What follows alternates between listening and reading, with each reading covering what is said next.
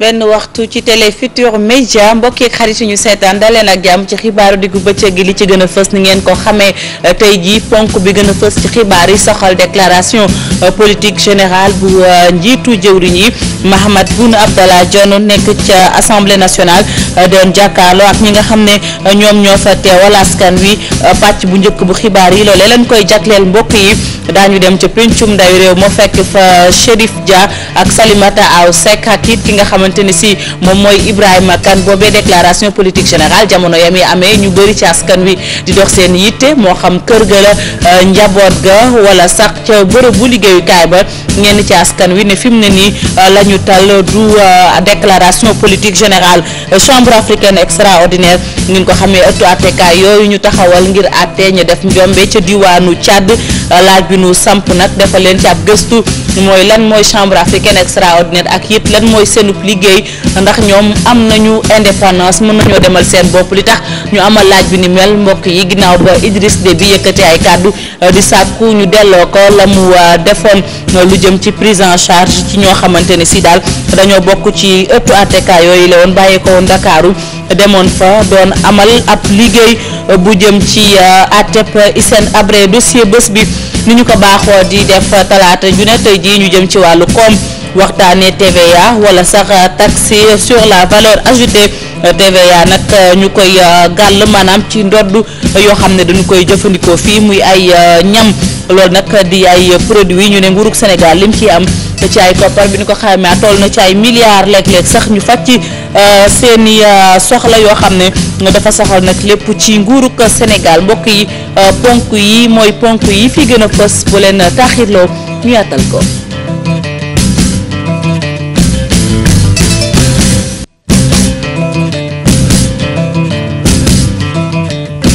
ñetteelu njiitu gouvernement bi Macky Sall jotee réew mi ba léegi kooku mooy Mahammed Boun Abdallah Dionne moom nag fonctionnaire international la nekk it liggéeykat boo xam ne yàgg na ak Macky Sall ndax ba jamonoy Macky Sall nekkee njiitu jëwriñ moom moo nekkoon directeur cabinet moom mi bàyyeekoo fële ca diwaanu Gossas nit la koo xam ne li muy wax bëriwul ñu bëri sax ne patt googe am na lu ca lal bu ñëpp jàppee ne loolee jikkoom la noonu la mel ñeneen ñi nag dafa ragal daal fakkastalu ni ko ñaari moroomam yi ko fi jiitu def leeral yi dañ ci ànd ak Abdoul Aziz Kane moo ñu wane leeg nataalu njiitu jawriñ ji. ba ñu tekkee ndombal tànku Abdoul Mbaye lañ doom laam-laamee ndax Mahammed Boun Abdallah Dionne moo koy wutu waaye loolu ci weeru juillet 2014 la antu mu wutu fa Aminata Touré doomu Gossas bi Gossas nekk ca Fatick dugg na ci nguuru Macky Sall ci at moomulee mu nekk ministre conseiller ñu dénk ko BOS maanaam bureau opérationnel suivi plan Sénégal émergent mu nekk xarit waaye njegenaale Macky Sall bu ñu fàttalikoo moom moo nekkoon directeur de cabinet bu Macky Sall ci yooyu jamono mu nekkoon fi njiitu jëwriñ ci Sénégal ñu ne ku yaru la ku effacé bu ñu sukkandikoo ci ay njegenaaleem ndombal tànk yi mu am ci àdduna bëri na ndax nekkoon na expert conférence ca Nations Unies ci lu jëm ci wàllu jënd ak njaay nekkoon tamit liggéeykat ci IBM ak BCEAO nekkoon tamit chef de bureau économique ci ambassade bu Sénégal ci diwaanu Paris baayam di ab commissaire de police Mahammed Boun Abdallah Dionne ñu bëri jàpp ni ku suñu borom suturaal la ndax jóge na ci accident bu metti loolu am na 2 fukki at ay mbokkam yu bëri sax ci la ñu des Mahammed Boun Abdallah Dionne ñu gis ni ay waxam bëriwul ndax ay feem la am déet wala dafa ragal topp tànk ñi ko fi jiitu ñoom nga xamante ni dañoo jàpp ni dañu doon diir mbagg kii di jiitu. Abdoul Aziz Kane sant nañu la gërëm la li ñu leen ko waxee woon ci bopp xibaar yi dañuy dem ci pencum ndawi réew ma fekki fa Chérif Dia ak i naataangoom Chérif maa ngi lay nuyu. c'est bon mi ngi ñëw. Chérif Dia. maa ngi lay fay Fati. voilà mu ngoog Chérif Mahammed Boun Abdallah Dionne def na déclaration politique générale ñu bàyyi la nga yaatal xibaar yi foofee ca pencum ndawi réew ma ak say gan. waaw Fati ni nga ko waxee noonu la premier ministre bi sax pare na déclaration bi def na ko ci tubaab ak ci wolof bàyyiwul fànn benn ci li nga xamante ni moom mooy secteur yi xanaa rek comme dañuy prioriser direct bi te gars yi député yi ñi ngi dugaat dañu jël réaction yi dem fa la nga xamante ni mooy hall bi Salimata Aw mi ngi jàkkaarloo ak ministre bi di Mame Mbaye Niang mu daal di jël réaction am après ñu ñëw ci tënk bi. waaw Chérif ni nga ko waxee noonu la comme Mahammed Boun Abdallah Dionne ni mu tënkee déclaration de politique générale bi ponk bi ci am solo bokk na ci xëyub ndaw ñi wax na ci bu baax léegi nag ñu ngi nii ak ministre bi nga xamante ne moom la ñu dénk pàcc boobule di Mame Mbaye Niang ñu daal di koy jël rek daal di koy laaj laka la xalaat ci soññ bi nga xamante ni Mahammed Boun Abdallah Dionne soññ na ko Mame Mbaye Niang ñu ngi lay nuyu. waa soxna si maa ngi lay fay di nuyu téléspectateurs yi ñu seetaan yëpp defe naa li premier ministre wax leer na dal na xel ca méngoo na ak li am fi ñu toll nii umpul kenn ni que jafe-jafe ndawu réew mi liggéey la waaye bu ngeen ko dégloo bu baax ci biir ay waxam nee na jafe-jafe bi li tax mu gën a metti mooy téeméer yoo jël ñeent fukk yi ak juróom problème mu métier lañ am umpul kenn tamit ni que njàng mi fii Sénégal boo duggee boo commencé CM2 ba université xam nga ni duñ la ci jàngal métier ca bi Sénégal amee système éducatif ba léegi yooyu dafa dajaloo xel nangu na tamit ni que li dajaloo loolu lépp mënu leen a jël former leen ci benn at wala ñaari at jumtukaay yu mel noonu yu xarale noonu amu fi donc président de la République ci gis-gisam bi mu ñëwee dafa proposer Sénégalais yi wax Sénégalais yi ni que pour saafara jàngoro jooju day saafaraale waale ñaari poñ mooy déficit céréalier bi mooy maanaam fii li ñuy dundee ba pare saafara tamit liggéey. ñu gis ni itam Mahammed Boun Abdallah Dionne dafa insister ci retour aux valeurs ci xale yi maanaam ñu daal di ñaaxaat jikko yeeg yooyu ndax nee nañ ci jeunesse boo xamante ne mi ngi ci condition yu baax la ñu mën a amee nation bu baax léegi nag ci loolu nee na dafay créer 300 000 emplois loolu lan moo si sa xalaat ndax yéen a ngi ci wala tàmbalee goleen. ba déedéet loolu kay soxna ci ñi ngi ci parce que bi mu waxee loolu wax na fan la ñuy créer 300 000 emplois yi. muy ci domaine agricole communautaire yi nga xam ni bu ko nit ñi doon naatable naan ndax dina am wala du am léegi seede am na ci boo demee fee ca CFA ak ca Kédougou di nga fa gis ay junniy xale yu liggéey ca loolu mbébét bi wax na ko président de la République wax na Sénégalais constitue une question d'actualité, une question donc loolu moom amul naatable ba pare wax na tamit ci programme bi nga xam ni mooy PAPEJ président de la République ci boppam moo dem bi mu jëlee nguur gi ca Banque africaine de développement ut fa. alors mu ngoog ni ngeen ko gisee Salimata Seck ak ki nga xamante ne si moom mooy Mame Mbaye Niang nekk jëriñ bi ñu dénk wàllum ndaw yi ni mu ko waxee nag mbir mu leen soxal la njiitu jëwriñ yi di leen soññ ba tey dañuy daal di jóge ci Salimata Seck dem ci Chérif Dia moom it Chérif mu taxaw ak ku nekk Assemblée nationale Chérif Dia. Et tant qu'il y aura ce bras de fer entre l'opposition et le pouvoir, il va être extrêmement difficile de construire quoi que ce soit, de parler de PSE, de parler d'économie, de parler d'agriculture. li wolof lan ngeen di xaar ci li nga xamante ni moom mooy premier ministre bi ci déclaration. li ñu doon xaar mooy mu wax ci li xew ci jamono ji mooy gouverneur bi li mu wax mooy tere bi nga xam ne dañ ko tere bépp ndaje ba fekk le 5 décembre. loolu dafa nekk lu nga xam ne opposition bi àndu ci société civile bi àndu ci tey ji loolu mooy ali kalaj ji parce que liberté fondamentale yi tant que préserver wuñ ko économie agriculture mbay nangam la ko war a jiitu d'abord mooy un climat apaisé mooy réew mi dal nit ñi dal mais fànn boobu dafa mel ne soxalu ko. ngeen ko ci interpellé kon. bien sûr daañu ko laaj. kon Fatou yaa ko déggandoo kii di Modou Diagne Fada moom it wax na nii daal moom am na mbetteel ci déclaration politique générale bu premier ministre xanaa rek dañuy wéy ci réaction yi dem ci Ibrahima Kane bu fekkee am nga foofu ñoo fi jël ñu daal di leen di déglu. jërëjëf Chérif Dia comme ni nga ko waxee maa ngi fii ci hall bi ak maître El Hadj Diouf député à l'Assemblée nationale maître déglu nañu Mahammed Boun Abdallah Dionne ci déclaration de politique générale am laataa ñuy wax leen rek forme bi nan nga gisee discours bi. waaw discours technicien la discours technocrate la discours borom xam-xam la ci président li mu bëgg ci Sénégal bëri na waaye wax na ci li gën a am solo ndax moom ñëwul waxi boppam déedéet moom waxi Macky Sall la wax parce que Macky Sall moom lañ fal kenn falul premier ministre mais Macky Sall aussi il faut moom ku mu wóolu mu nekk capitaine d'équipe muy gouvernement bi mu nekk chef de gouvernement ndax fi Macky Sall bëgg jaarale Sénégal mu ne gars yi nii la ñuy def nii ba dugal but man nag yaakaar naa ni yaakaar naa ni dina mën a am bi yu bëree bëri. léegi gis nañ ci wàllu koom ak wàllu relance économie bi tamit bëri na yoon yu bëri yoo xam ne xàll nañ ko ndax Sénégal dina am moyen ambition am yooyu. ah oui mais moom mooy yoroon PSE Macky dem na am ay junniy milliards ci bitim réew lu mel ne plan Marshall bi développé Europe réew da ngay am fit dem jëli indi li ngay indi alors réew mi mën ko jëriñoo mais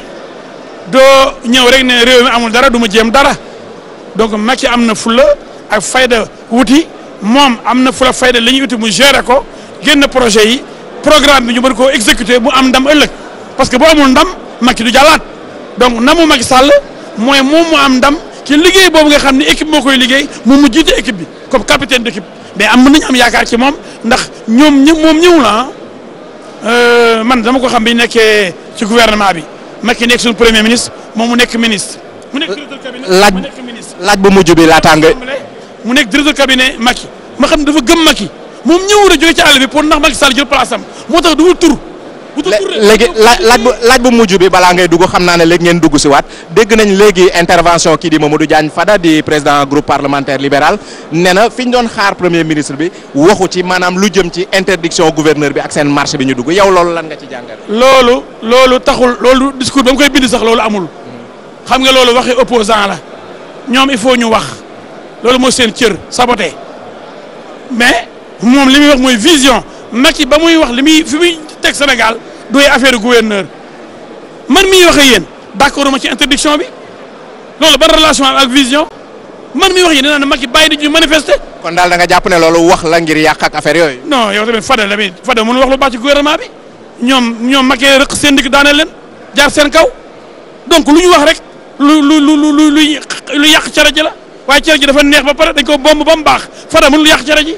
jërëjëf maître El Hadj Diouf ma bàyyi la kon nga delluwaat ci biir hémicycle bi waaw kon Faty Dieng maître El Hadj Diouf laa nekkaloon noonu di jël réaction am léegi nii nag député yi ñu ngi waaj a duggaat ci biir ndaxte suspension 30 minutes moom moo amoon léegi du ñàkk rek bu ñu génnaatee dinañ dellu siwaat ak yéen ngir yeneen déclaration ak tamit yeneen réaction bu fekkee tamit ñoom Chérif wala Salimata Aw Seck am na ñeneen yu ñu nekkal mën nga leen jël Faty kon ñu ngi may def signe mel ne Chérif Dia am na kenn ku nekk ak moom kon damay jox antenne bi Chérif Dia Faty Dieng. waaw Chérif Dia ak Farba Ngom. waaw Faty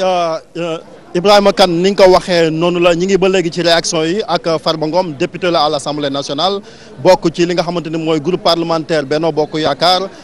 yow xam naa ni rafetlu nga peut-être déclaration de politique générale bi évidemment. oui rafetlu naa ko bu baax parce que xam naa kii def tey déclaration politique générale di Mahammed Abdoulaye Dionne di le premier ministre du Sénégal. président Macky Sall mi ko jël def ko premier ministre xam na vision Macky Sall xam na bëgg-bëggam xam na jaar-jaaru Macky Sall am na loo xam ne jàngat na ko laata Macky Sall di jot réew mi ba jël ndombol tànk toll na premier ministre dénk ko ndax boobu Macky moo nekkoon pour def ko directeur de cabinet xam na vision fu président di xool ban côté la naka la li ma leer ba leer na incha allahu rabbi. yow loo ci gën a jàpp yan ponk maanaam ci li mu wax. ponk presque daanaka bu du woon discours déclaration politique dañ ciy def débat jotoon débat amul benn point bu mu bàyyi l'énergie wax na ko yu ñu ci war a def ay 99 milliards ay forage yoo xam ne c'est pour presque le monde rural et point vraiment di ko bëgg benn point. jërëjëf ñu ngi lay gërëm di la sant xaar rek di jël également honorable député Aïda moom it ci parti opposition la bokk xam nga ni kon ñun ko xamale def fii équilibre bi dañ ciy bàyyil bu baax ñun waa TFM xam na kon dana commission communication ak culture ci assemblée nationale lan nga jàpp ci discours politique général bu premier ministre. promesse yi nga xam ne moom laa doon wax moom moo continuer ay promesse la te promesse yooyu ñoom moom la ñu jëlee nguur gi promesse yooyu moom la ñu ak Sénégal soo gisee bëggul ñu def te encore une fois du marche meeting la mais bëggul ñu wax ak sénégalais yi c'est que promesse yi nga xam ne moom la defoon sénégalais yi gisuñu dara aujourd'hui parti démocratique sénégalais ak ñi mu àndal ci opposition bi ñooy mur de lamentation force vive yi ñooy xeex tey injustice loolu moo tax bëggul a maye benn espace boo xam ni ñii bu ñu ñëwee force vive yëpp dinañ jóg parce que fu nekk lay mettee loolu nag su waxoon ne 2 ans et demi c'est-à-dire à mi-mandat lu feeñ ndax CMU bi ñuy bàkkoo CMU boobu tey bi ñu ko tekee ba ne moins de 5 ans yi dañ leen di faj man dama am gàcce parce que ci la dese wu xale yi gën a yées bi ñu waxee infrastructure hospitalière gis nañ la qualité de l'accueil loolu yëpp ñu ngi koy wax ak de la décentralisation ñun ñoo bàyyi woon mairie yi ñëw ne dañuy def challenge jéem a jël conseil départementaux yi defe naa dara sotteegul amul benn conseil départemental bu la ne mën na def dara loolu nag su fekkee ne boole na lépp loo waxoon nit ñi gisuñu ko leneen lu ñuy wax ñun dañuy xaar fi mu nekk ba gis dañoo bëgg a fal suñu bàyyi suñu ba gis leen à l'œuvre ñu am yaakaar ndax ki ko wax tey xam nañ ko mbokkum ñëpp la ki ko wax tey xam nañ rigueuram travail nañoo moom ñun ñi nga xam ne ñu ngi woon ci gouvernement Macky Sall te mu nekkoon directeur de cabinet xam nañ rigueuram xam nañ sérieux fi mu bokk warul la mën a permettre dara loo xam ne dina tax aw askanam ne la nit ñi yaakaaroon ci ñoom duñ ko gis waaye nag du question wu nit question wu système la système bi yàqu na parce que système bi dañu ñëw ci diaboliser benn nit génne ko fi ñëw dige toog te la ñu dige woon mënuñu koo def loolu mooy problème bi. jërëjëf xam naa da ngaa yaakamti ñu libéré la di la sant di la gërëm ci teewaay bi ñu daal demaat ci beneen plateau bi fekk fa Salimata Aw moom mi ngi ak ki nga xamante ni moom mooy ministre du tourisme di Abdoulaye Diouf Sarr kon Salimata ma bàyyi la ak jëwriñ ji. Chérif ni nga ko waxee noonu la maa ngi ak Abdoulaye Diouf Sarr ci ponk yi nga xamante ni Mohamed Boun Abdallah Dionne moom la évoqué ci déclaration de politique générale bi xëcc na ci bu baax tourisme daal di wax ni dina def ba Sénégal delluwaat nekk destination de référence léegi nag ki nga xamante ni moom moo yor lenge yooyu moom la ñu jàkkaar lool ñu wax ka lan la ci xalaat Abdoulaye Diouf Sarr lan nga xalaat ci DPG bi. li ñu si xalaat quand même mooy loo xamante ne lu leer la mooy.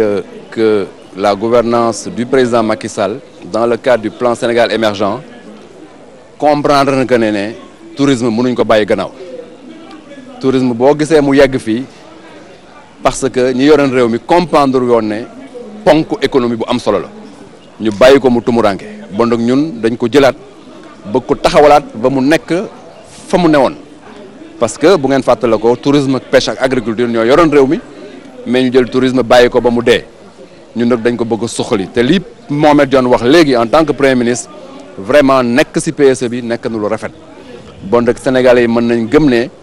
ñun suñu objectif mooy ñu fexe ba Sénégal touristes yi fa ñëw comme ni ñu fi doon ñëwee parce que Sénégal dëkku teraanga la dëkku gan la bon nag am 2,5 millions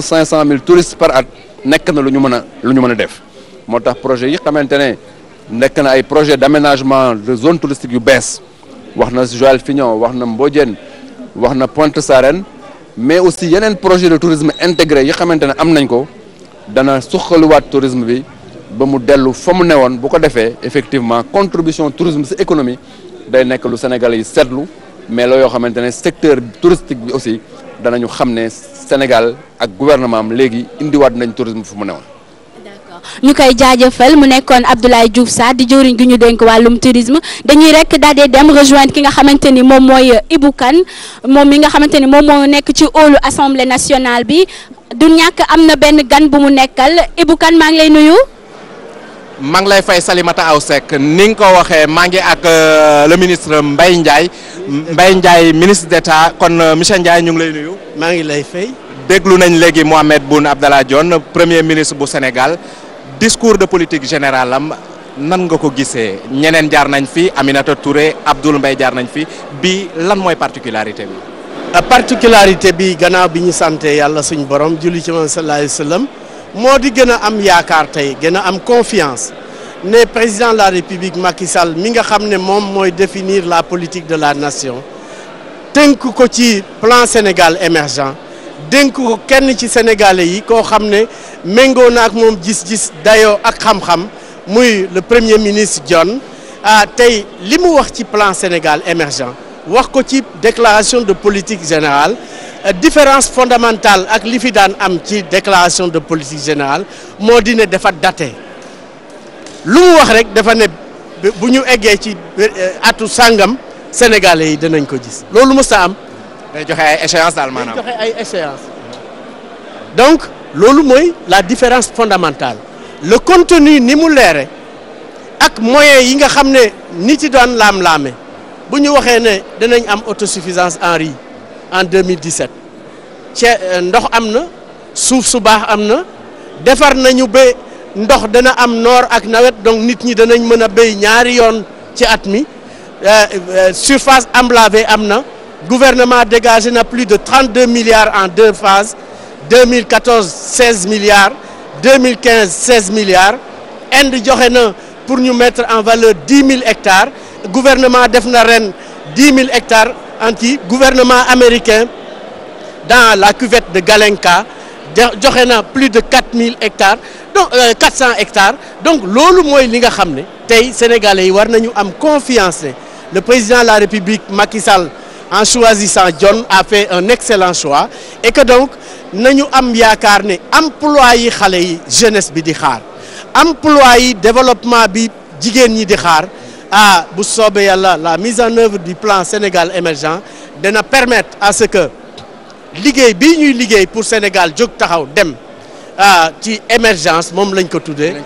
dégg nañ tamit ñenn ci opposition bi nee nañu ay promesse la ñuy dégg rek promesse yoo xam ne déggoon nañ ko déggati ko est-ce que dinañu ca yegg ak lu ci mel ne buñ jëlee wàllu courant bi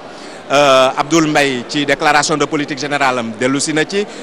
Aminata Touré dellu si na ci te ba léegi ñu ngi gis ay jafe-jafe tamit ci wàllu énergie est-ce que mën nañ jàpp ne app bi ñu joxe buñ ci yeggee jafe-jafe courant dinañ ko weesu. mais xam nga loolu nga wax yëpp xëñ na amoon na mais dama la ne différence fondamentale ci approche bi moo di premier ministre John ci tey plan Sénégal émergent fi mu toll ak niñ koy saytoo ak ni président amee exigence après avoir fait le tour du Sénégal tey jii am nañu preuve ne joxeetul rek ay xalaat ak ay idée ak ay moyens mais dafa ne bu ñu eggee jamono sangam lii dana am courant bi ay prérequis la mooy li nga xam ne tant que amuñu ko mu doy réew mi du mën a jëm kanam moo tax mu définir la politique du mix énergétique le mix énergétique dafa sélectionner selon le niveau de rendement c'est-à-dire les coûts les plus faibles de l'électricité mooy doon la base pour ñu programmer et arriver à la satisfaction de la demande de fourniture d'énergie dans le pays loolu président de la République muy énergie renouvelable éolienne muy énergie solaire muy énergie bu jóge ci charbon muy énergie bu jóge ci gaz lii la jël énergie boobu doon jar Sénélec bu defaraan benn kilowattheure mu ngi ko doon coûter 200 francs par kilowattheure bu boobaa prix bi dafay wàcc ba nekk ci 65 francs de kilowattheure mais loolu dafa wax ne en 2017 déjà danañu atteindre à l'état actuel li ñu am danañ ci mën a yokk plus de 300 mégawatts et ce qui correspond à plus de la demande rationnel. kon daal mën nañ jàpp ne jafe-jafe askan bi dina wàññeeku. incha allahu rabbi Sénégal nañu gën a am confiance ne le président Macky Sall foluwul xam na fi réew mi toll te nag. wax dëggu yàlla président bu ma damaa bëgg nit ñi xam ne am président bu yàlla may wërsëg itam lu baax la. jërëjëf monsieur jërëjëf ministre d'État Mbaye Ndiaye kon damay dem fekki sama naataango Chérif Dia moom itam am na gan gu mu nekkal ñu teewlu ko ak réaction yi mu fay jël. Ibrahima Kane ni nga ko waxee noonu la maa ngi ak Barthélémy Diaz nekk maire Sicap Mermoz wante tamit nekk fii ci député assemblée nationale l'honorable député yow tamit déglu nga déclaration de politique générale bu premier ministre Mahammed Dionne loo ci jàpp. waaw di ko rafetlu wax na yéene bu mu am ci Sénégal ci kaw liggéey bu ko président Macky Sall dénk ñu ngi koy ñaanal yàlla may ko wér-gu-yaram ak kattan. bu mu mën a liggéeyal askanu Sénégal je pense que ci déclaration de politique générale du premier ministre je crois que peut-être accent bi bu mu gën a teg mooy ci mbiru mbay bi waaw te ci mbiru mbay bi moom tey ku ne Sénégal xam na ni dëkku béykat la waaw te suñu gestoo mbay bi dañuy gis ne ni que ci lu gouvernement am ci ay mécanismes pour jàppale béykat yi daanaka peut-être caisse nationale de crédit agricole bu Sénégal kese moo fi nekk. dama ne mënuñu waxu mbay Sénégal te béykat yi duñu am accès ci crédit loolu dañ ko wax suñu baat ci kaw caisse nationale nag kenn waxul caisse privée kon alalu askan wi la dañ koy pencoo kenn du ko pàccoo ba nga am benn caisse bu nga xam ne nii pour ay politiciens kese la wala pour ay marabu kese la kooku moom du xel du dem politicien nag buy bay dina ci gis boppam marabu tamit buy bay dina ci gis boppam wante tamit lu fa am xam nañ ko man nag am na ay kaddu yu ma fi yëkkati ma bëgg nag gouvernement Sénégal tontu ma dama ne directeur général bu fa nekk nekkul ci place am ñu ngi wootee bonne gouvernance loolu lu fa nekk du bonne gouvernance su ma baat ci kaw nee naa yëkkati nañu ay milliards toll ci du presque 20 milliards jox ko ku fi nekkoon première dame di Viviane Wade bugguma ko ku tontu ma waxuma ak moom ñu mën a tontu mooy état Sénégal 20 milliards yu ñu ko jox noonu ci yan condition lañ ko jox ak yan garantie ci mbiru projet bu mu amoon ci Nénéficha hôpital la woon xaw ma sax est-ce que mi ngi fa ba tey te kenn xamulu ko ay activité agricole wala avicole ma bëgg a xam tamit lan mooy taux de remboursement bi parce que du toll ni 22 milliards soo doon génnee ay juróom million par juróom million di ko jox béykat yi di nga am lu toll ci 4400 béykat yu ci gis seen bopp. yow lan mooy sa problème ak banque boobu am na ñuy jot ne da nga faa leb ñu bañ la lebal moo tax ngay wax quoi. dama ne ku fa nekk du place am président moo woote bonne gouvernance man woote wu ma bonne gouvernance moom moo ko woote jël nañu lu toll 22 milliards jox ko ku fa nekkoon première dame du béykat. ana xaalis boobu est-ce que fay nañ ko banque boobu lu tax may wax député peuple sénégalais la caisse nationale la waxuñu caisse privée te dama koy biir la dama ne alalu askan wi dañ koy pencoo kenn du ko pàccoo maintenant nag suñ jàppee ne ni que kooku mën na fa toogaat man damay jàpp ne ni mbay bi du dem te mbay bi su demulee émergence du am waaw moom laa bëggoon wax ci gàttal te tamit di rafetlu tamit lu mu wax ci mbiru administration sénégalaise parce que administration sénégalaise effectivement tamit foog ñu xoolaat seen taxawaay. merci l'honorable député Barthélémy Diaz comme ni ngeen ko gisee moom it wax na li nga xamante ni moom la gisee déclaration de politique générale bu premier ministre Fati xam nga nag sànq da nga ñëw fekk réaction yi moo tax duggun ci tënkal leen li nga xamante ni moom la premier ministre bi wax def nañ ko ay pàccoo ci wàllu société ci wàllu lépp li nga xamante ni moom mooy culture économie bàyyiwul dara ba tax ne dañuy commencé ci li gën a soxal askan wi maanaam dundinu askan wi soxna Salimata yow déglu nga ki nga xamante ni mooy premier ministre bi lan la wax maanaam loo xam ne askan wi mën nañ cee yaakaar ci li nga xamante ni mooy wàllu social. Chérif ni nga ko waxee dëgg la Mahammed Boun Abdallah Dionne dafa insister bu bëri ci li nga xamante ni moom mooy denrée de première nécessité yi ak li nga xamante ni moom mooy logement daa dee wax ni ñi ngi def seen kéem kattan ba sénégalais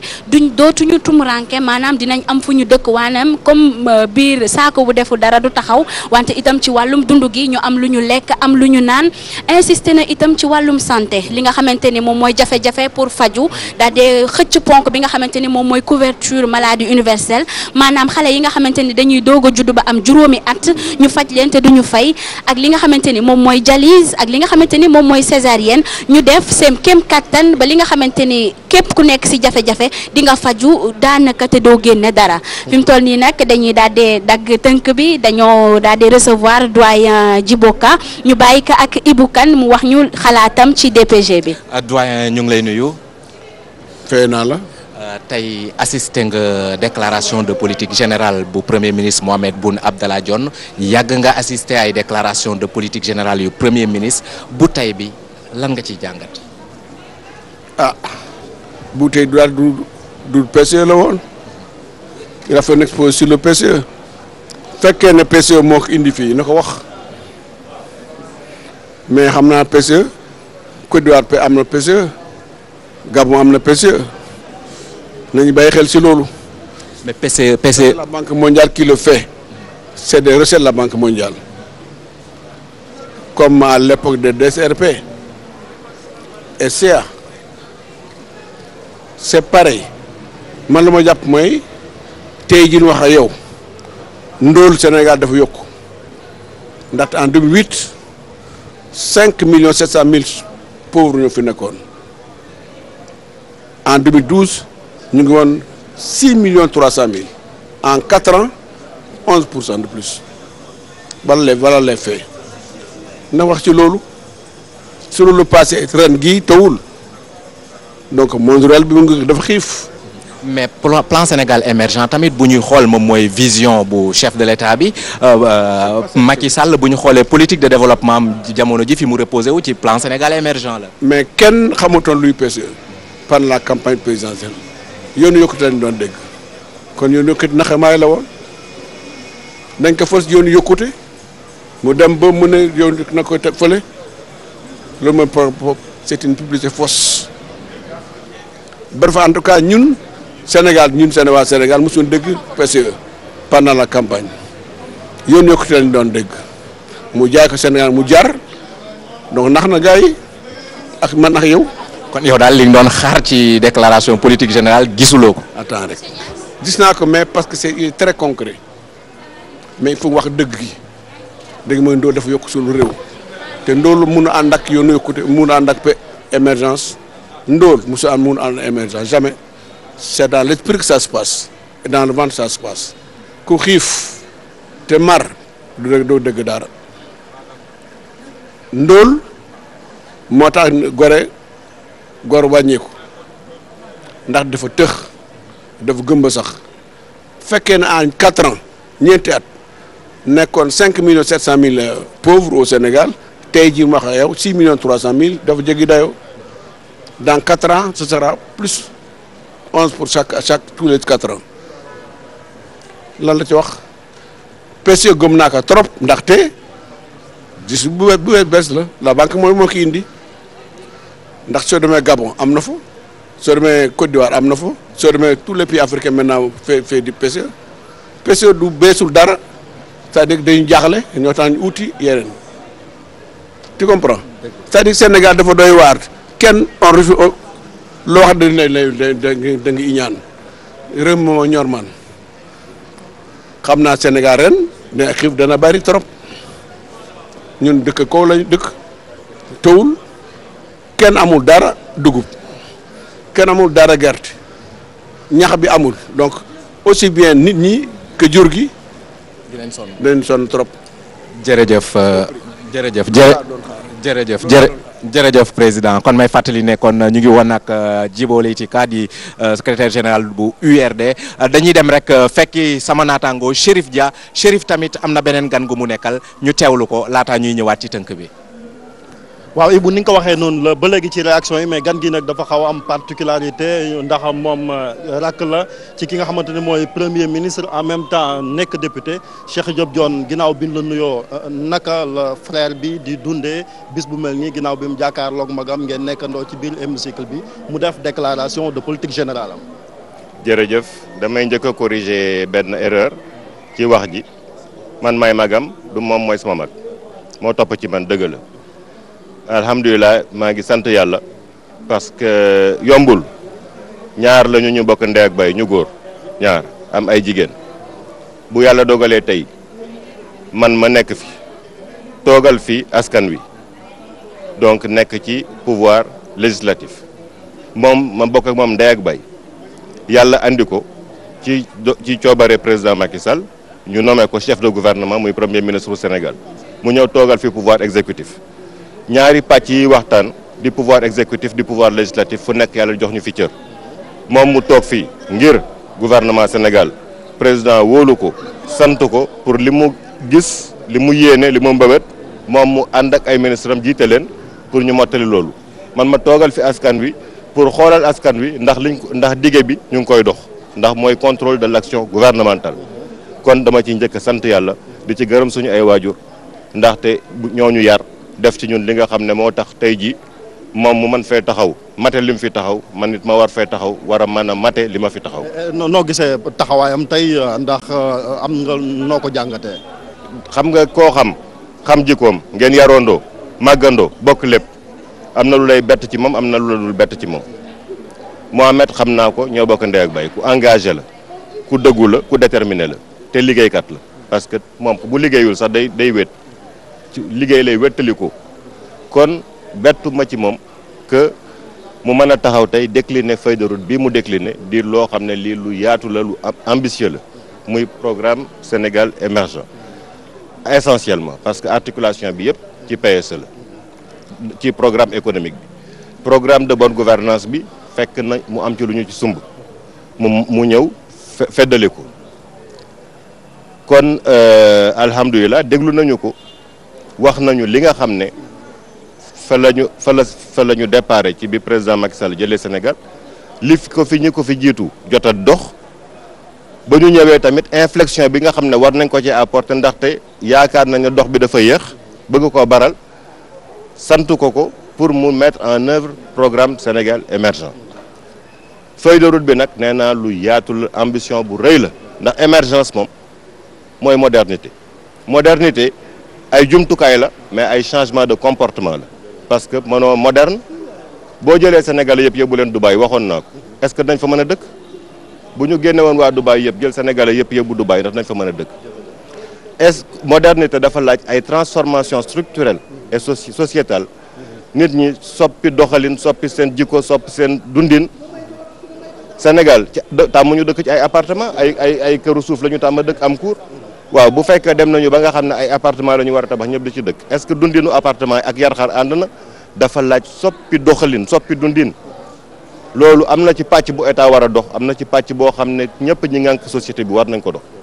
donc réussite programme boobu dafa dépendre ci facteur yu bari ñun moom nag wax na wàccoo na ci joxe feuille de route ñun tamit war nañu suñu liggéey ñun day tàmbali ndax suñu liggéey moom mooy saytu ba xam ndax lu ñu wax dinañ ko mate man nag yàllaa dogal ci député laa nekk donc peuple ba ma fi teg ginnaaw peuple ba ma fi teg dinaa xar sama tànk tubéy ci saytu ba xam ndax lii ñu diggee ak askan wi ñu ngi koy doxal jërëjëf. kon donc loolu leer na xanaa rek dañuy wéy ba ci réaction yi toujours daal di dem ci Salimata Aw moom tamit mi ngi fa ak Ahmed Khalifa Niass ginnaaw bi ñu gërëmee Cheikh Diop Dione kon nekk mag ci ki nga xamante ni moom mooy premier ministre Mahammed Dione.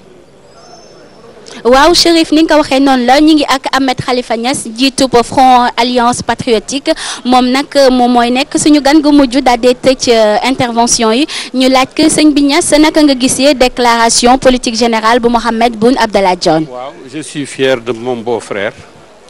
le premier ministre moo ma tax a ñëw moo ma invité ci biir ak bokk ndax suñu doom yi mooy seen nijaay seen yaay mooy magam tey nag. français wala kii wolof tey nag nekkuñu sax ci kanam déclaration politique générale donte leen noonu lañ ko tuddee waaye dañu nekk devant le déroulement d'un programme précis avec un calendrier d'exécution un coût budgétaire et des lieux d'exécution tax lu ci ne nee na place sangam danaa dafa def nangam luy jar nangam ci date sangam lay pare kon loolu génn nañu ci déclaration d'intention kon ñu ngi ci réalisation de programme. kon kañ si tënk mën nañ jàpp ni yow déclaration de politique générale bi kon yow dal na sa xel. seulement dal na sama xel approuvé naa ko mais xoolal place Soweto bii ndax dañoo jëloon parlement bi folkloriser ko. indi ay blimbataak ay tamaak ay fecckat ak ay asiko mu nekk fooyekaay nit ñi mënuñoo respecter député yi dina ko teg fële loolu en soi c'est une révolution. kon ñu koy gërëm di ko sant mu nekkoon Ahmed Khalifa Niass doon addu ci li nga xamante ni moom moo doon déclaration de politique générale bi fi mu toll nii nag bu ñu naree tëj dañuy daal di jox ki nga xamante ni mooy sama naataango di Chérif Dia ak ki nga xamante ni moom mooy Ibou Kane ñu daal di dellu si waat ci li nga xamante ni mooy tënkub déclaration de politique générale bi léegi Chérif ñu jox la antenne bi ak Ibou Kane. waaw Ibou xanaa rek comme ni ko Salimata waxee ñu prêt pour delloo antenne ba laata boobu yow am nga loo tënkoon ci déclaration de politique générale. waaw déclaration bi du ñàkk dinañu ci dellu si waat comme waxtu wi xaw nañoo njatt tuuti ci plan économique ak yu ni mel wante loolu yëpp dañ leen di jox daje 17h 18h entre 17 18h fii nii dinañ fi amal benn plateau ñëw nag ci lépp loo xamante ne nii tukkee na ci biir assemblée nationale gannaaw déclaration bi jeex na après nag dina am li nga xam ne moom la ñuy wax séance question réponse yi ci loolu nag la Mahammed Boun Abdallah Dionne nar a dellu si ci après midi bi léegi kon dañ leen di jox rendez-vous rek 17 18 fii nii ak sama naataango Chérif Dia ak tamit Salimata Aw Seck ak équipe bi ñu àndal yëpp ci production TFM. jërëjëf. Chérif Dia Ibrahima Kane seen jigéen Salimata Aw Seck équipe technique bu Télé Futurs Médias jaajëfal nañ leen ci liggéey bu rafet bi aju ci déclaration politique générale bu Mahammed Boun Abdallah Dionne boobee déclaration politique générale sax bu nu waxee ñu bëri ne nag lu ñuy baaxental la ñu ne ay déclaration politique générale yu nuroo lool te teg la loolu nag la ñu gis la ko dalee Abdoulaye Wade jàpp Macky Sall ku ñëw daal diggee day bëri Macky Sall ak i ñoñam dañu sax ne woon coppite ñuy indi waaye ba nu toogee ba léegi gisaguñ ko naam kenn ku ne ci ñoom am nga sa ay ñelaju yoo xam ne yow ngay délivrer say message dañ ci ànd ak leeral yi moo diggéey tey jii ci talaata gi fukki fan ak benn ci weerum novembre ci atum ñaari junne ak fukk ak ñeent Mahammed Boun Abdallah Dionne moo fas yéene nekk fukkeel ak ñeent njiitu gouvernement goo xam ni fas yéene naa def li nga xam ni moo di déclaration de politique générale am lépp ngi dooree ci 19 mars ci atum 2000 booba nag ci la alternance bu njëkk daal di am Abdoulaye Wade daal di tànn Moustapha Niass teg ko ci ngir mu jiite gouvernement am ci déclaration de politique générale am mu ne kat dëkk bi lépp lañu war a joyanti waat defaraat ko ci loolu mu ne nag coppite yu mag dinañu ko indi mu nekkoon la gënoon a fës ci bi mu jàkkaarloog ñi nga xam ne ñoo di pencum ndaw réew mi waaye nag àndam ak Abdoulaye Wade du sori lool ñu daal di indi Mame Madior Boye moom sax moo nekk jigéen ju njëkk ju jiite gouvernement bu Sénégal li mu xamale kat moo di wéyal li nga xam ne la fi Moustapha Niass daal di door waaye nag suuxuk batalo Joola moom moo ko fi daal di jëlee mu daal di yegg si ki nga xam ne moo di Idrissa Seck ca wax ju rëy ja mu ne nag fi mu nekk dañuy wéyal li nga xam ne la ñu fi dooroon lépp nag tegu ci yoonal jubal waaye tamit kilif tàndeef ba lépp loo xam ne nii moo di Sénégal rek ñu daal di koy tegaat ci yoon ginnaaw moom mu daal di fiy jógee Macky Sall Cheikh Agibou Soumaré Souleymane Ndéné Ndiaye daal di ko fiy wutu ñoom ñëpp nag li leen taxoon a ñëw moo di nag jëmmal li nga xam ne moo di grand chantier chef de l'État waaye tamit fexe mu falawaata loolu nag tax na lépp loo xam ne moo doon soxla askan wi daanaka ñu daal di koy fàtte ba tax ñu daal di leen fiy jëlee ca atum 2012 mu daal di nag yegg si Macky Sall ci bopp réew mi mu jël Abdoul Mbaye moom mi nga xam ne ab banquier la maanaam xam-xamam dafa màcc ci wàllu koppar jox ko mu jiite gouvernement bu Sénégal lépp nag mu war koo jaarale ci yoonu yokkute bi mu toogee ci assemblée nationale li mu xamale kat moo di fexe ba askan wi ku ci nekk mën a am loo jël def sa poos ngir daal di koy jëriñoo waaye tamit comme réew mi jëmmal ko kanam waaye tamit doxalin goo xam ne dafay yemale bokkoon na ci li gën a fës ci li nga xam ne moo di boobu discours waaye nag mbir yi mu mel ne dafa am yéex tànde ndax kat askan wi mënuñ toon a xaar ba tax ñu daal di ko fay jëlee indi soxna Aminata Touré ngir mu daal di accélérer cadence bi ci nuñ ko xamale woon waaye nag li ko taxoon a jóg du saafara benn yoon li nga xam ne moo di soxla askan yi waaye nag gagné li nga xam ne moo di élection yi ñeel gox yeeg goxaat yi ginnaaw ñaari yoon yu mu jéem te daal di télé Macky Sall nag fi mu nekk troisième cartam moom la daal di teg ci taabal gi mu di plan Sénégal émergent ki ko war a jëmmal nag moo di Mahammed Boun Abdallah Dionne moom nag bi ñu ko tabbee kàddam gu njëkk gu mu yëkkati maanaam nañu jublu ca liggéey ba mu mel ni nag wute ak lool ki fi doon wax naan dañoo war a liggéey taxaw ci liggéey waaye nag saa su nekk di liggéey. moo di Guèye moom Mahammed Boun Abdallah Dionne jamono ya mu jàkkaarloo ak ñi teewal askan wa ci pencum ndawi réew ma Ndeye Mbossi si ak Thierno Laurent Mendy gàddu seen caméra dugg ci bërëbu liggéeyukaay yi seetlu bi mooy bu fekkee ne ñenn ñi ñu ngi koy may nopp ñeneen ñi ne tal nañu leneen. fukk ak benn waxtu ci suba mu tombeek kii di premier ministre Mahammed Boun Abdallah Dionne di def déclaration de politique générale am góor gi nekk ci bërëbu liggéeykaayam écouteurs yi ci nopp yi di bàyyi xel li xew ci assemblée nationale. maa ngi koy déglu waaw maa ngi déglu ci rajo waaw. actuellement daal li ma ko gisee daal teel na daal ci pour ñu mën a wax pour le ministre bi lu mu liggéey am nañ ko bàyyi tuuti ba xam xëy na déclaration bi muy def dana intéressé Sénégalais yi ndax yaakaar na ni am na compétence bi pour. doxal Sénégal doxal li ñu bëgg daal li ñu bëgg ci moom daal xëy na gis nañ ko ci moom daal. wax intéressé na ma waa ci suba léegi maa ngi concentré wu pour déglu ko daal déclaration politique bi générale bi. kii moom ne bëggoon na koo déglu su fekkoon fi muy liggéeyee am na télé wala rajo. instant bi nii bon duñ ko mën a suivre parce que bon amuñu fi télé wala rajo bu nekk suñu wet nii quoi. là parce que bon si dëkk bi la ñu nekk fi la ñu yëngu affaire yooyu kon. lu ñu waroon wax lu ñu waroon xew fii normalement c'est normal qu'on devrait être ça fait partie vraiment du quotidien ce que ne la bokk quoi. suñu amoon télé dañ ko seetaan voilà. wuuteeg gis-gis ak ñi ki moom ne bile DPG intéressé wu ko ndax gëmul discours yu ñu fay amal. suivuma ko à vrai dire très franchement suivuma ko parce que damay liggéey déjà damay liggéey aw ma temps et puis bon vous savez que politique Sénégal moom mooy loolu quoi. Tout le temps c'est la même chose. À vrai dire, ça m'intéresse pas. Moi, je n'étais même pas au courant de ça. Hein. Je ne le suis qu'hier soir. Bu ma wàccee dem ci ngoon laa ko yëg laa dégg ñuy wax déclaration de politique générale et tout. Premier ministre bi di amal ab discours ngir fësal ni mu nar a doxalee. ci jamono googu askan wi di wéy ci seeni yitte naam sax ñenn ñu ngi koy may nopp. Ndeye Mbose si la nga gis ca bërëbu liggéeyukaay la Fatou Kiné Deme gis ci njaboot yi daanaka bi mu duggee ci yenn kër yi li mu gis mooy ñenn ci borom kër yi bu fekkee nit ña ngi koy may nopp ñeneen ñi moom nee ñu tal nañu leneen maanaam lu nu yóbbu ca kër ga naam sax ñenn ci njaboot yi ñu ngi sàkku bu lu ni mel amatee maanaam déclaration politique générale njiitu jawriñ ñi ñu xalaat askan wi ñi ci du làkk français bëri na ñu jëm koo fexe ba yóbbu ko ci kàllaamay sunum réew ndax askan wi gën koo mën a dégg te amaana sax bu fekkee ni dégg nañ ko mën na am njëriñ lañ cay wax ñu gis ci seen bopp dañ ci ànd ak leeral yi Fatou Kiné Deme Thierno Laurent Mendy. déclaration de politique générale ab aada ci wàllu politique ñenn ci njaboot gi yitteelu leen am na ñoo xamante ne xamuñu sax luy discours bi. man duma koy seetaan parce que itteelu ma affaire politiciens yi moo ma duggatul. seetaanu ma ko nag. damaa xam déclaration ko lan la sax loolu laa xamul de. sama seetaan ci loolu moom daa sorowul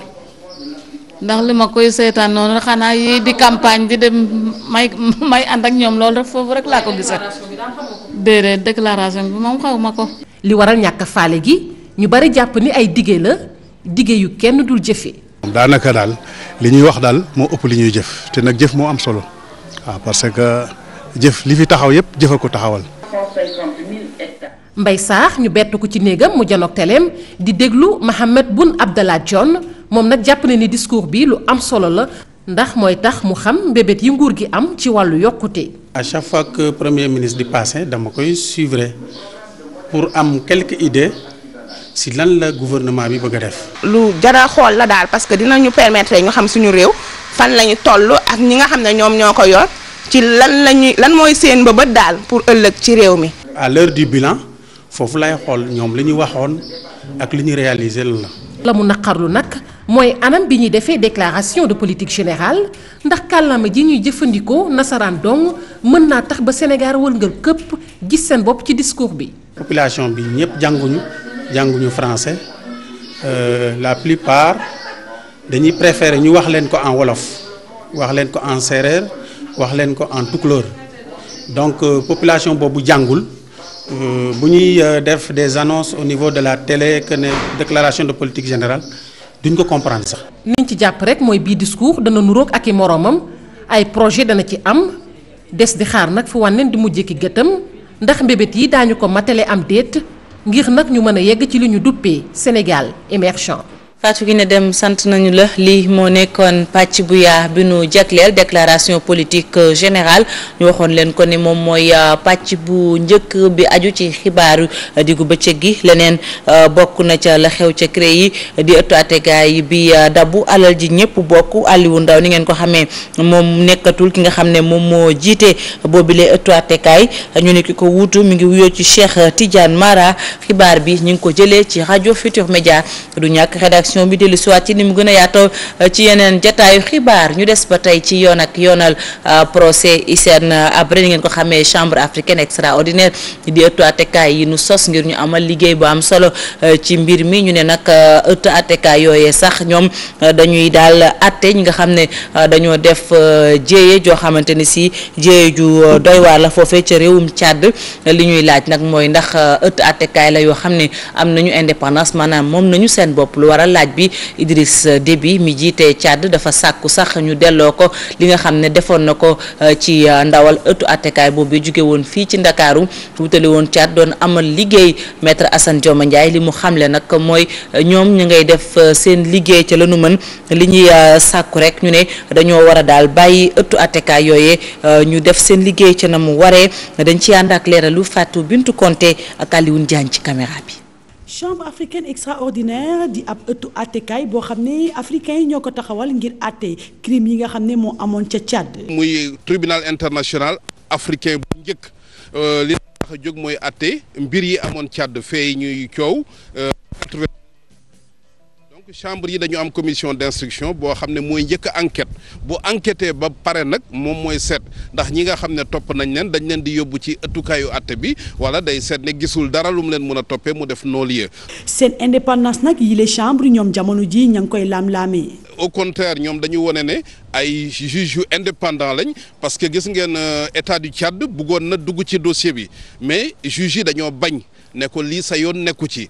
gis ngeen fan yi am na réquisitoire bu procureur bi dafa ne nañu déglu Abdou Mbaye am ñu ne sax xëy na dañu bëgg a liquider politiquement Abdou Mbaye mais chambre yi bañ ne loolu taxu ñoo jóg donc defe naa wane nañ tey seen indépendance contre groupe de pression bu mën a am. ba tax ni kii di maître Assane Dioma Ndiaye jàpp ne bu sañoon bi les chambres africaines ñu jàppale ko ba mu mun a def liggéeyam ba mu mat sëkk. ñëpp war nañ jàppale chambre africaine yi parce que procès bi bu échoué mooy Afrique mënut a atte ay doomam. te kon bu fi kenn waxati ne bu africain yi dem ci ay cour pénal international tey ñëpp war nañoo jàppale chambre yi juge yi ci lii ñu nekk yoon wi ñu daal di ci sax ba atte bi am ci li ñuy wax procès juste et équitable. chambre africaine extraordinaire fas yéene jugé ki nga xam ne moom mooy Hissène Habré àddina bi yëpp teg ci seen gët di xaar nan la fas yéene mujj.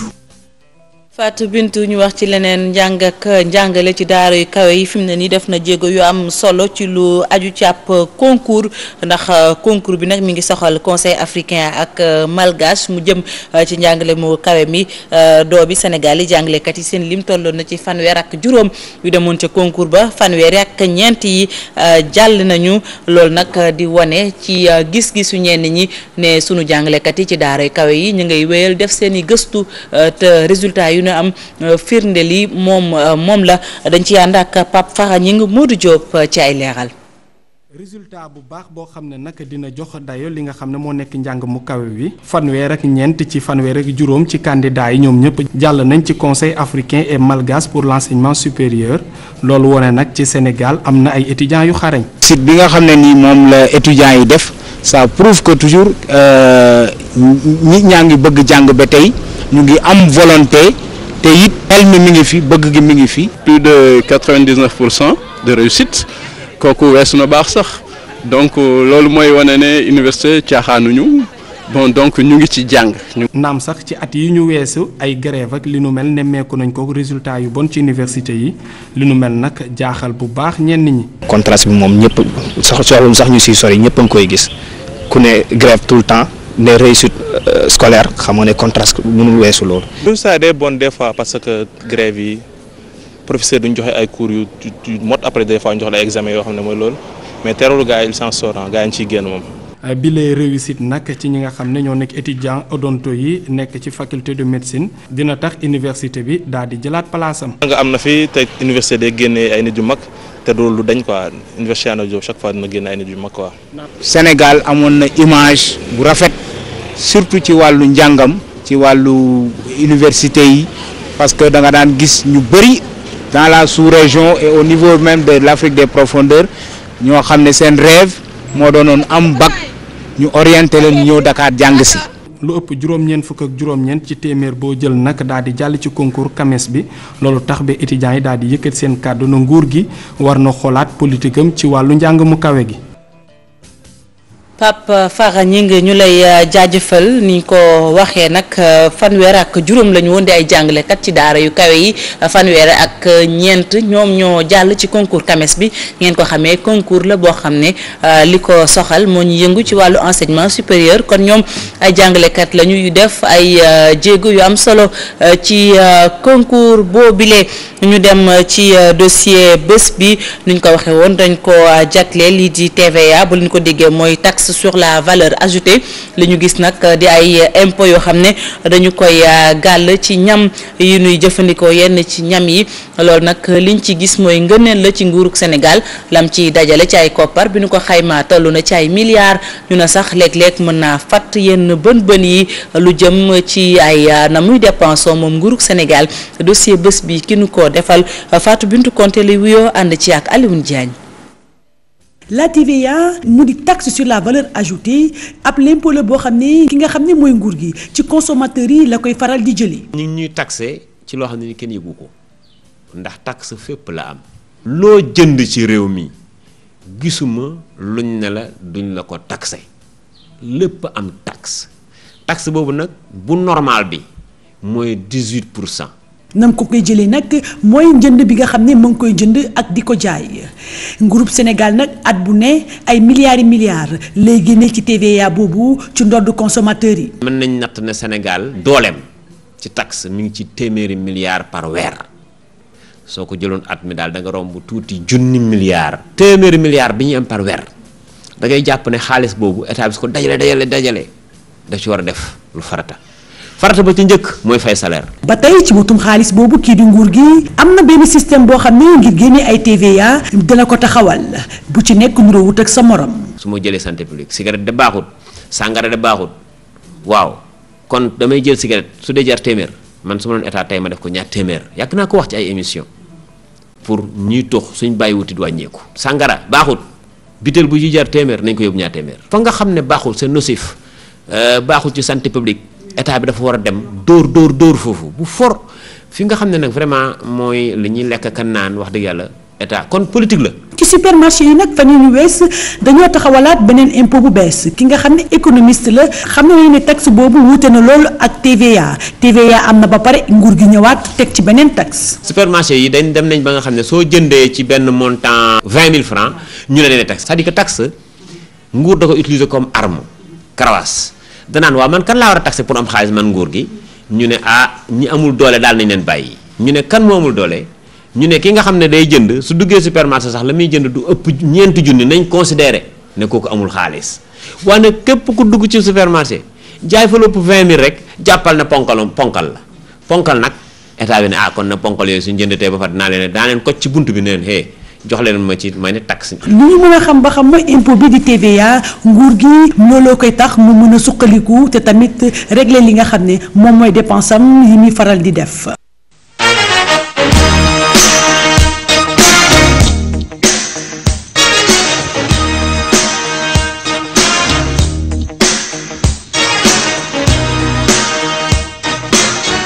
tàggat yaram dañu koy dooree ak